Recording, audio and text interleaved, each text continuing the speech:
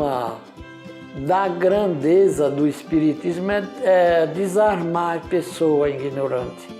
Eu já achei bastante importante a rádio, porque ela é uma faculdade, e a TV Mundo Maior está nascendo aí, não vamos deixar ela morrer. Vamos ajudar da maneira que a gente puder.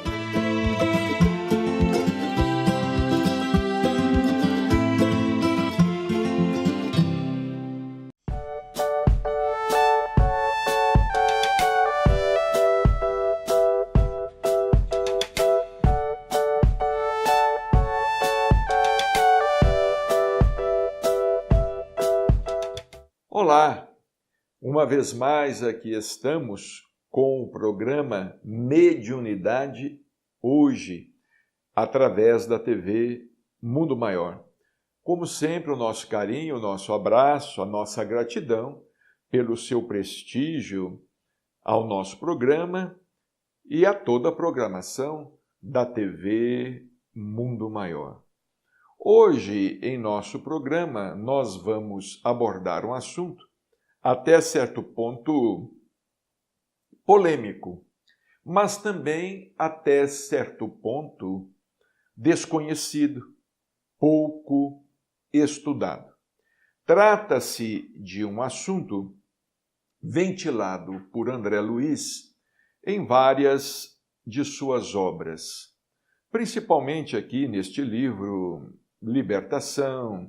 Ele fala também a respeito do assunto no livro Obreiros da Vida Eterna, em Missionários da Luz, Evolução em Dois Mundos.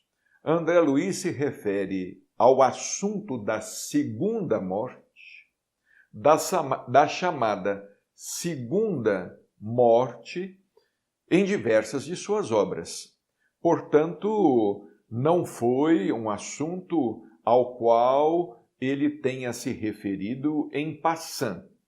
Ele falou sobre o assunto diversas vezes.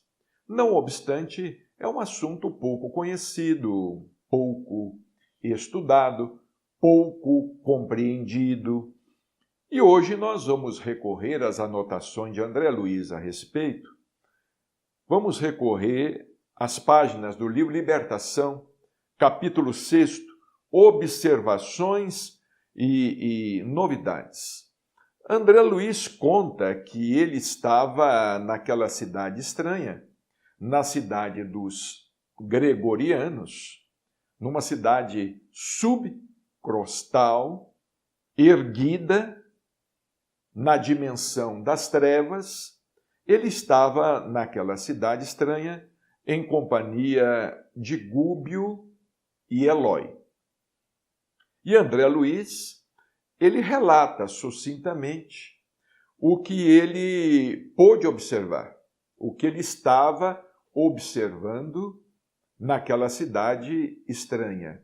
Inclusive, ele se refere aqui aos seres que ele chama de sub-humanos.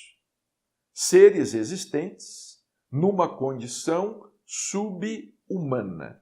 Mas hoje nós não vamos falar a respeito desses seres. Nós vamos falar a respeito dos corpos ovoides, assim denominados por ele, André Luiz. Dos corpos ovoides que ele teve oportunidade de observar naquela cidade estranha. Ele diz aqui: reparei, não longe de nós, como que ligadas às personalidades sob nosso exame, eles estavam observando aquela movimentação nas ruas, dos desencarnados, habitantes daquela cidade, e dos encarnados, desprendidos do corpo físico, que estavam também naquela cidade estranha. Inclusive, ele relata aqui um diálogo muito substancioso entre um espírito desencarnado e outro que estava encarnado, mas em estado de desdobramento. Aquele desencarnado tentava doutrinar ou sugestionar o encarnado para que, quando despertasse no corpo, agisse de determinada maneira.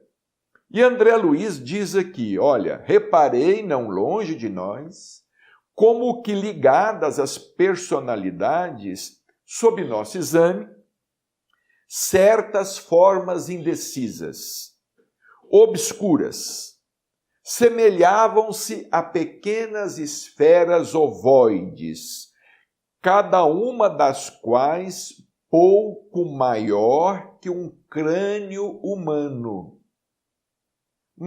Um pouco maior que um crânio humano.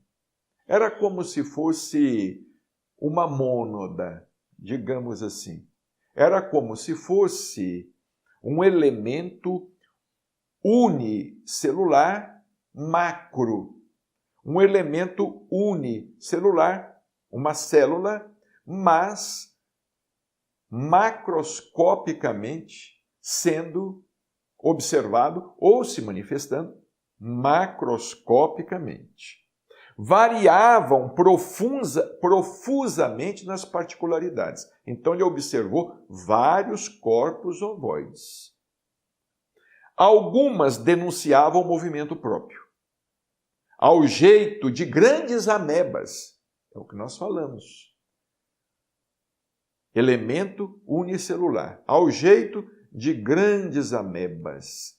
Movimentavam-se profusamente, alguns revelando movimento próprio, ao jeito de grandes amebas, respirando naquele clima espiritual.